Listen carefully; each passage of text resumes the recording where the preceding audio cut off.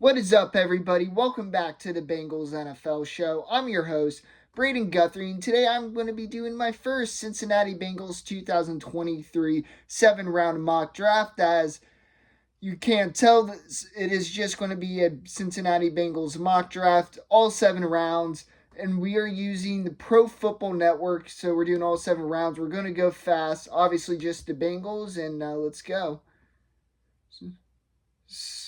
So it looks like trades are on. Looks like the Bears did keep it. Panthers are offering to trade up. We're going to decline that. Decline the Seahawks. Decline the Browns.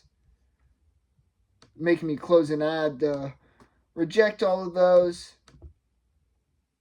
And sitting number one on the big board is Michael Mayer, the tight end from Notre Dame. We're going to take a look at a few more guys here quickly. Let's see who is gone. The Northwestern offensive tackle, Peter Swarzowski, he is gone. Somebody take a look. Jackson Smith and Jigba fell. Ravens don't go office. The Cowboys take Robinson. That seems like the dream fit. And when we take a look at our big board, obviously Mayers, who I pointed out, there's Anton Harrison, the Oklahoma offensive tackle. Then there's the Georgia tight end, Darnell Washington, who absolutely blew up the combine. Then there's Ohio State offensive tackle, the right tackle, DeJuan Jones. And then there's the LSU edge rusher. I think when I do these mock drafts, I'm mixing in what I think will happen and also what I would do, trying to find a line. And I think Michael Mayer, I think that's absolutely what the Bengals would do, and I would really like that as well. Mayer, he showed that on the field production, even though his measurements weren't overly sexy and he didn't do all the drills at the combine. The Bengals value that on-field production. So with the 28th overall pick in the 2023 Bengals NFL show mock draft 1, the Bengals take Michael Mayer, the tight end out of Notre Dame. Now we are on to round 2. And I want to be frank with you guys. I have not done that much scouting yet. So I'm kind of relying a bit on the big boards here. If I do take somebody where I pass on somebody that really catches your eye, comment down below. Let me know what your thoughts on that player is. But anyways, we are on to pick 60. The Titans are offering, want to move up 12 spots to give us 12 spots there and a third round next year. And also for our 206, we're going to decline that. Pittsburgh, it's second round next year and a fourth round next year, but going down 60 picks, we're going to decline that.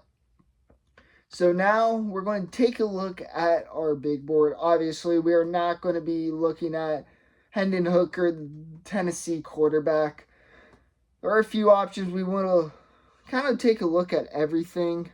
Cansey, the defensive tackle from Pittsburgh, his measurables at the combine are really going to send him down draft boards. Him at pick 60 could be a big steal. Now there's Keon White, the Georgia Tech edge rusher, who I really like. I haven't taken a look at Smitch at all. Patterson, while I really like his teammate Mayer, I have not really taken a look at him. Honestly, I think I want to go Cansey here. For one part, he is who I've most reliably scouted.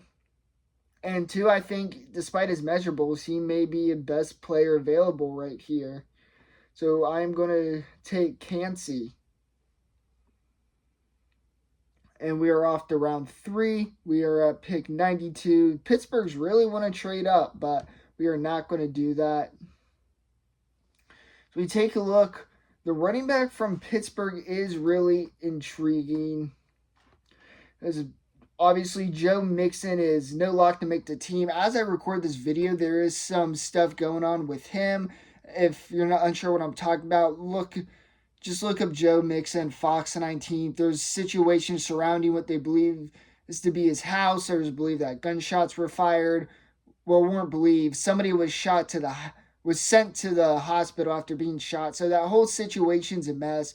Praying that everybody involved is okay. So we don't really know what's going on there with Mixon. Point being is Bengals, regardless, will probably draft a running back, and Pittsburgh running back here in round 3 would be really good value. I want to also take a look at some offensive linemen. I really like Tyler Steen from Alabama. Luke Weiper is center. We don't really need a center. That is where we are comfortable at. We just took defensive line. Doesn't make sense to go back-to-back interior defensive line. Could also go Darius Rush, the South Carolina corner. I feel like I'm either going to go Steen or the Pittsburgh running back. If I'm valuing what the Bengals would do, I think they would probably go offensive line. I don't think they would spend a running back third round. That might be a bit early. So Tyler Steen, 92nd overall. Bengals get some offensive line help. And as we go into round 4, let's see if we get any trade offers. We do not. The Bengals have some flexibility here. They could add to the running back room with another Oklahoma running back in Eric Gray. They could also go Chase Brown from Illinois. There's Rashad Torrance from Florida. I like him, but the Bengals wouldn't go safety here. As we go down the list, and this is where it gets a tad difficult for me because, like I said, I haven't really done that much scouting, so anything at this point is just me kind of relying on the big board. So in this instance, I am going to go with the running back from Oklahoma, Eric Gray. Bengals are going to be looking to add to that running back room, and it will happen with Eric Gray. And we are offered to move down 19 spots for an additional pick, but also give up our 7th. We are going to reject that. Bengals also do need corner depth. If there's one thing I already do not like about this mock draft is I have not really addressed the cornerback position. So here, this is where it gets really interesting.